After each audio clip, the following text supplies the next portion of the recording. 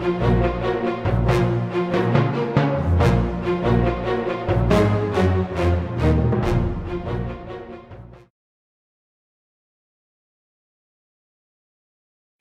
everyone, I'm here with day one of my Simply Gelatos video series, and I just wanted to basically show you the very basics that I found when I first got the gelatos, the two different ways, the very basic ways you can use them, and that's either with water or with your fingers.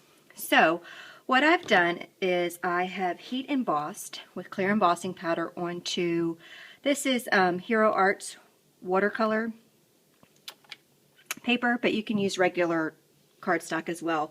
But I have heat embossed the magical background by Hero Arts and also the alphabet background onto some watercolor paper with clear embossing powder, and I went ahead and did that off camera. All right, so there they are. I promise you can, they're embossed, you just can't tell. But I think the first one that we're going to do is I'm going to show you how to use the water technique with the gelato. So I grabbed the alphabet background embossed panel that I did off camera, and I'm grabbing some colors that I think will work. Now I'm going to be making a birthday card for a birthday I have coming up this Saturday, and I want to use these candies by Craftwork Cards, and I want to use the one all the way to the right, which is kind of like a purple and a bluish green kind of color. So I want to grab some colors that I think that will coordinate nicely with those candies. I have no idea what I'm going to do with this card. I don't like sketch out stuff like I probably should. I just kind of wing it and make all my cards as I go. So this video is pretty much the same thing. I'm just going to wing it and make the project as I go with the colors and the layout that I want to use. So anyway, I've got the colors that I've picked there. I've pulled out my paintbrush that came with one of the Faber Castell sets, and I'm going to do kind of a diagonal version background of this card. So I'm going to take the gelatos and I'm just going to scribble them directly onto my card base, as you see. So I've got a purple, I think that pink color is called watermelon. All of the supplies that I use will be linked up on my blog post, so I apologize I don't know the exact names of the colors right now. And there's a light pink down there at the bottom. I'm going to take my mister and I'm just going to squirt a big petal onto my Tim Holtz craft mat, which I love, by the way, and you just basically paint on the water. It's fantastic. I don't clean my paintbrush in between because I want my colors to blend. Of course you can clean out your paintbrush if you want, but I want everything to blend together, so I'm just using the same petaled water, as you can see. They do make, Faber Castell makes this collapsible cup that I'm going to be ordering because I think that will be incredibly helpful and I want it, so I'll be getting that. So I'm just drying off my space there and I'm looking at my card and I'm thinking, you know, first of all, let me just point out that I am putting this on a card base, so I do not care that the background of the card is getting all gross.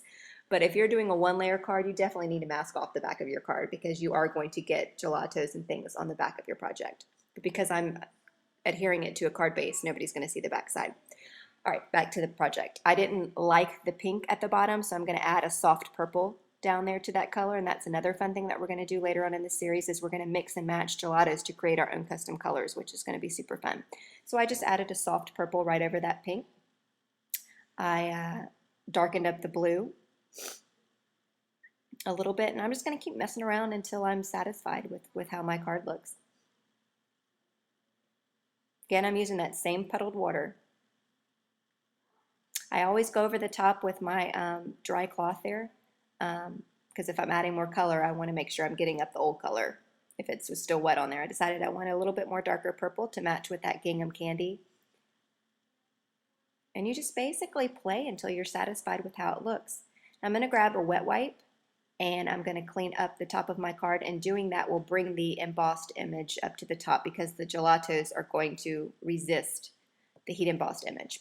And that's another card I did, and that's super fast, and you'll see it again at the end of the video, but that's another card I did another day using pretty much the same technique but just two different colors. Now this is the one using your fingers, and I'm going to go ahead and just be very upfront that it's messy on your fingers. So if you do not like getting your hands dirty, do not attempt this because your hands will get dirty, and you'll see that I kind of had a oopsie at the bottom of my card, but we fixed it right up. So I decided to do horizontal lines this time with 4 different colors. I just grabbed some colors that I liked, and I'm just, again, applying them directly to the card base. You do not have to heat emboss to use gelatos. You can put them directly on a card base with absolutely nothing stamped on there. I just wanted to show you how great they worked with embossing and how fun they are to use.